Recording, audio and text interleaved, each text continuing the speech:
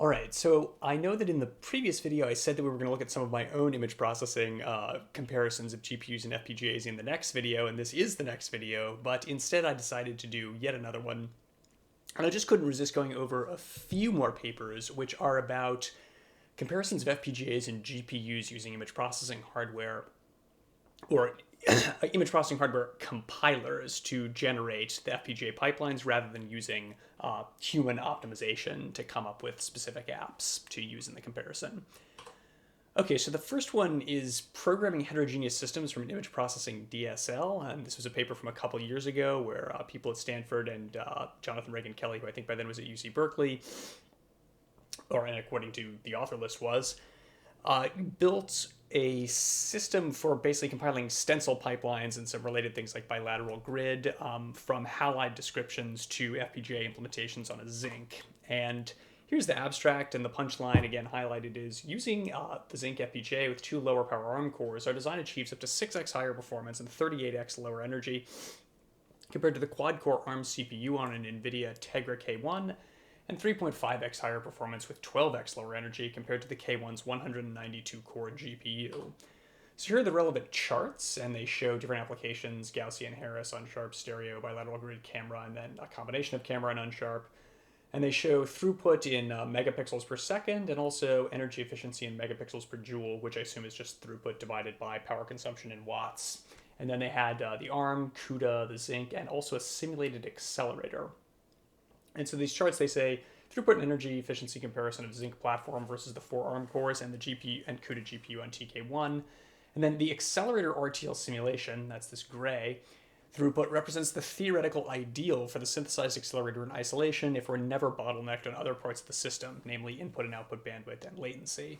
Additional system optimization and improved CPU performance in future SoCs could push realized Zinc performance closer to this level. Okay, and I'm a little bit surprised at how close the ARM core and CUDA were in the absolute performance. I mean, on several of these, like like Gaussian, right? You actually have the ARM core above CUDA, and actually they're basically a parity for unsharp and a little bit above for camera pipeline and kind of a parity again for camera plus unsharp. That was a little bit surprising, though, of course, if you look at the power performance numbers, it's a little bit more like what I would have expected, with CUDA pretty much consistently, except for camera pipeline, outperforming the ARM core across the board. But anyway, on to the next one. So this has a pretty highly overlapped, or a somewhat overlapped author list: Rigel, flexible multi-rate image processing hardware, again from Stanford. And this was sort of a data flow system for multi-rate image processing applications. And they don't do a formal, bar charts and plots and crossover points kind of analysis of GPUs, but they do include some discussion of GPUs. And it's a long paragraph, but basically they say these results indicate that FPGAs can have a significant performance per watt advantage on some applications compared to a GPU. And the some applications are things like, for example, when you do stereo, compared to the brute force depth from stereo example in the CUDA SDK on the Jetson TK1 GPU. So again, they used Tegra K1 as the comparison.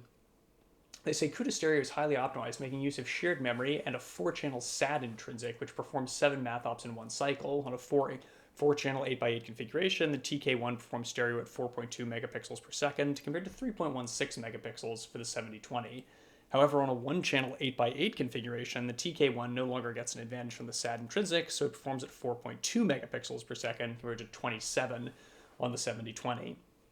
And then they say the TK1 uses 5 to 10 watts total board power depending on the load, compared to around 5 watts total board power for the Zinc. And then they have some other comparisons like 1-channel 8x8 stereo, comparing the Zinc 7100 and the NVIDIA Titan Black. And so basically, this is kind of a long-winded way of saying when the GPU has dedicated silicon, like custom intrinsics for the operations that are being done, beating it is going to be extremely difficult, if not impossible, for an FPGA. Whereas if you're doing something that's a little off the beaten path, maybe it's just a slight variant on a common operation that doesn't allow those dedicated silicon intrinsics to be deployed, then maybe an FPGA could beat a GPU. Here's another one. code generation from a domain-specific language for C-based HLS of hardware accelerators. This was from HIPAC, which is by a bunch of guys in Germany.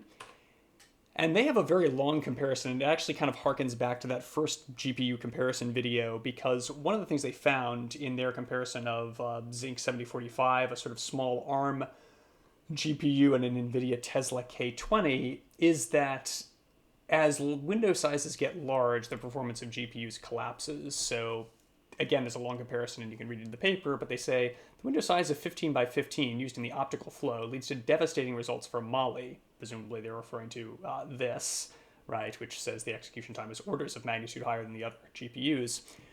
Presumably because of missing L1 cache and on-chip memory, execution times for both GPUs increase with the window size and kernel complexity clearly decelerated by the number of memory loads. For the FPGA, the impact of larger window sizes is by far less noticeable. So large windows strike again in this paper.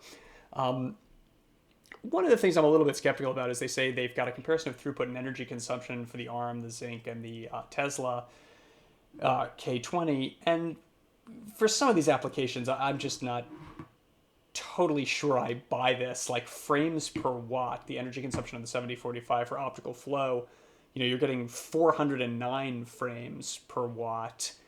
And then on the Tesla, you're getting only 3.5. So it's basically 100 times better in performance per watt. I mean, maybe I'm misreading that chart, but that just seems extremely hard to believe.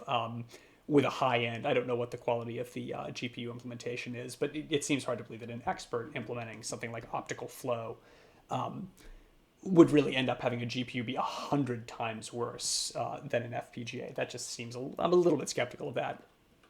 But overall, what does the literature say, or at least the literature where FPGAs and GPUs are compared using custom FPGA hardware compilers?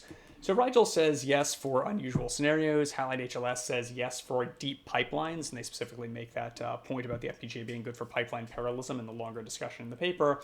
And HipX says yes for even deep-ish pipelines, because I looked at their benchmarks and they didn't look that big.